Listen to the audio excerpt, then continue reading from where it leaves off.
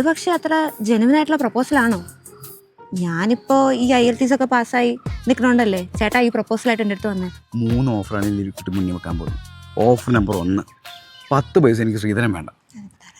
Offer number 2, Lillikutty വെച്ച് നോക്കുമ്പോൾ ഈ വിദ്യാഭ്യാസവും ലോകാറിവൊക്കെ എനിക്ക് കുറവാണ്. അപ്പം ലില്ലിക്കുട്ടിയെ കീഴ്പ്പെട്ട് മാത്രമേ എനിക്ക് ജീവിക്കാൻ പറ്റുള്ളൂ. ഈ ഭർത്താവ് ഭാര്യയെ കീഴ്പ്പെട്ട് ജീവിക്കുമ്പോൾ ഈഗോ ക്ലാഷ് അതുണ്ടാകത്തില്ല. ഓഫർ നമ്പർ 3, നല്ല ഒന്നാം തരം കുക്ക. ഈ കൊച്ച് ഡ്യൂട്ടിയൊക്കെ കഴിഞ്ഞ് വീട്ടിൽ വരുമ്പോഴത്തേക്ക് വീട്ടിലെ എല്ലാ പണിയും കഴിഞ്ഞ് വയറ് നിറച്ച് കഴിക്കാൻ ഫുഡും ഉണ്ടാവും. കൊച്ചിന് അതൊക്കെ കഴിച്ച് കിടക്കുകയും ചെയ്യാം. പിന്നെ മെയിൻ ഹൈലൈറ്റ് എന്താണെന്ന് അറിയോ? ഹൈലൈറ്റ് എന്താണെന്ന് അറിയോ?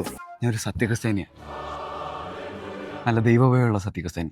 അതുകൊണ്ട് അവിഹിതം ആ കാര്യത്തിൽ പേടിക്കണ്ട. ജോണിക്കുട്ടിയും ലില്ലിക്കുട്ടിയും നമ്മുടെ കുട്ടിയും അത് മാത്രമായിരിക്കും നമ്മുടെ ജീവിതം. ഇനി പറ, എന്താ ലില്ലിക്കുട്ടിയുടെ അഭിപ്രായം? ചേട്ടാ മുഴുവൻ പ്ലാനിങ്ങിലല്ലേ? ഞാനൊരു സത്യം പറയട്ടെ, എനിക്ക് IELTS ഒന്നും കിട്ടിയില്ലേ? അത് ഞാൻ പഠിക്കാൻ പോയപ്പോ എനിക്കൊരു ലൈൻ ഉണ്ടായിരുന്നേ. അവനായിട്ട് നടന്ന് കോഴ്സും പോയി പഠിപ്പും പോയി. എന്റെ അമ്മച്ചീനെ അറിയാലോ, വെട്ടൊന്നും മുറി കണ്ടെന്ന പുള്ളിക്കാരത്തിന്റെ സ്വഭാവം. അതുകൊണ്ടൊരു കള്ളം പറഞ്ഞതാ. ചേട്ടാ ഇതിനൊന്നും പറയാത്തെ? ലൈനൊക്കെ പൊട്ടിപ്പോയിട്ടായി. എനിക്കിപ്പോ കുഴപ്പമൊന്നുമില്ല. പിന്നെ ഇപ്പം വേറൊരു ട്വിസ്റ്റ് എന്താന്ന് വെച്ച് കഴിഞ്ഞാ, എനിക്കൊരു ലൈൻ ഉണ്ടായിരുന്നു പറഞ്ഞില്ലേ, അത് ചേട്ടായുടെ കസിനാ. ആര്, ജോയലോ?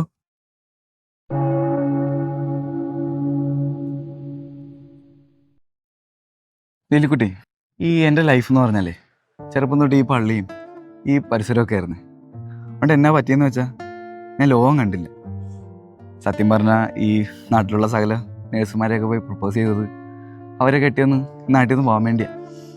അവർ അപ്പനെ അമ്മയൊക്കെ ഇമ്പ്രസ് ചെയ്യാൻ വേണ്ടിയാണ് ഈ പരവരെ ജോണിക്കുട്ടി പ്ലംബിങ്ങും വയറിങ്ങും ഒക്കെ പഠിച്ചത്.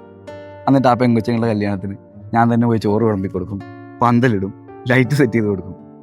അല്ല, അവരെയും കുറ്റം പറഞ്ഞിട്ട് കാര്യമില്ല, അവർക്കും ഇല്ല ഓരോ സങ്കല്പങ്ങളൊക്കെ. എനിക്ക് ലില്ലിക്കുട്ടിയോട് കുഴപ്പമൊന്നുമില്ല. ഒന്നില്ലേലും കൊച്ചു കാര്യങ്ങളൊക്കെ തുറന്നു പറഞ്ഞില്ല.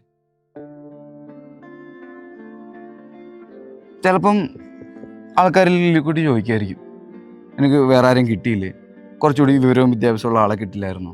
എന്നോടും ചോദിക്കുമായിരിക്കും, അനിയൻ്റെ ലൈനാണോ നീ കിട്ടുന്നത്? പിന്നെ നമ്മുടെ നാട്ടുകാരല്ലേ, എന്തൊക്കെ ചോദിക്കാനാ പാട്.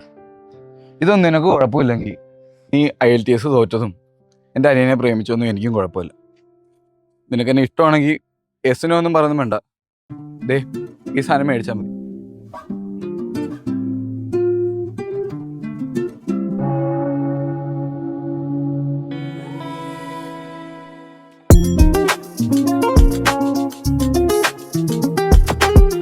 എന്തെങ്കിലും സത്യക്രിസ്ത്യാനികൾ എവിടെയും തോറ്റിട്ടില്ല.